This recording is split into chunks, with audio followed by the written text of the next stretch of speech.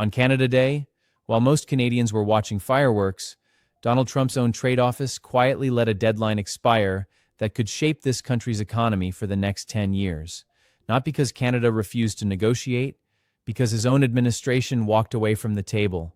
Every 6 years, the trade agreement binding Canada, the US, and Mexico together comes up for a mandatory joint review, a built-in checkpoint written into the deal back when it was renegotiated during Trump's first term.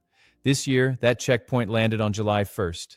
Canada showed up ready to lock in another 16 years of stability. The United States didn't. Washington's trade representative confirmed the U.S. would not agree to renew the deal in its current form, pointing to what he called its shortcomings. Here's the part that matters most. Trump himself has been even blunter about it in public, saying he'd honestly rather see the entire agreement terminated than extended for another 16 years. That's not a negotiating tactic hidden behind closed doors. That's the President of the United States openly musing about scrapping the trade framework that governs trillions of dollars in continental commerce, on the record, in public. Here's where it gets complicated and where a lot of coverage has gotten the details wrong. This doesn't mean the trade deal collapses overnight. The agreement technically stays in force until 2036, regardless of what happened on July 1st. What changes is how it gets managed between now and then. Instead of locking in a fresh, stable, multi-year renewal, the way Canada wanted, missing this deadline triggers a full decade of annual reviews, meaning every single year for the next 10 years, this entire trade relationship gets reopened for scrutiny, renegotiation, and potential disruption, instead of Canadian and American businesses being able to plan confidently for over a decade at a time. Carney's public reaction was notably calm, almost understated, given the stakes. He said plainly that it's no secret Trump dislikes this agreement, framing the American position as something Canada has known was coming, rather than a shock. But he also drew a sharper line underneath that calm tone, arguing that just because a deal comes together quickly with this administration doesn't mean it's actually a good deal. His point was that Canada has watched this pattern before. Talks appear stalled, then suddenly a deal materializes, and the temptation is to treat speed as success.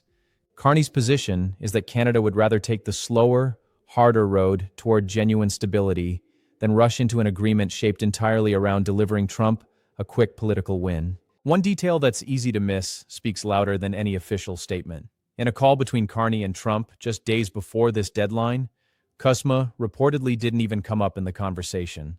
That's notable on its own. The two leaders talking directly, with the most consequential trade deadline in years just around the corner, and neither side raising it. Around the same time, the U.S. ambassador to Canada had already warned publicly that the two countries weren't close to a deal. Put together, it paints a picture of an administration that walked into its own deadline, having made no real effort to close the gap. This isn't an abstract diplomatic dispute.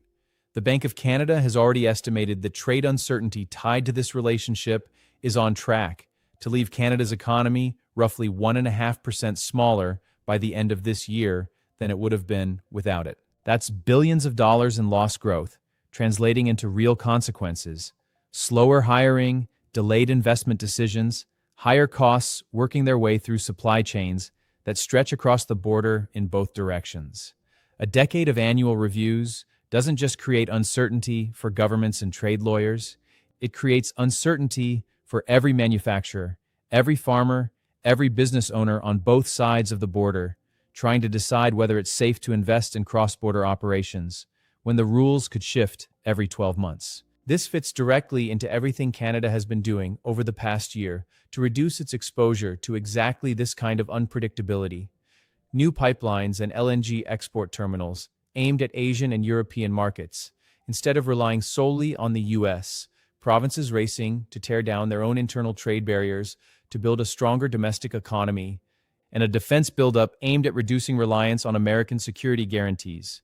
Every one of those moves makes a lot more sense viewed through the lens of a government that no longer trusts its biggest trading partner to provide the long-term stability that partnership used to guarantee. Trump seems to have calculated that walking away from this deadline gives him leverage, the ability to reopen the fight whenever it suits him, year after year. But there's another way to read what just happened. By refusing to lock in a stable long-term deal, The US just guaranteed a decade of exactly the kind of instability that's already pushing Canada to build new markets, new alliances, and new industries specifically designed not to need Washington's cooperation. If that trend continues, the country with the most to lose from 10 years of annual trade uncertainty might not be Canada at all.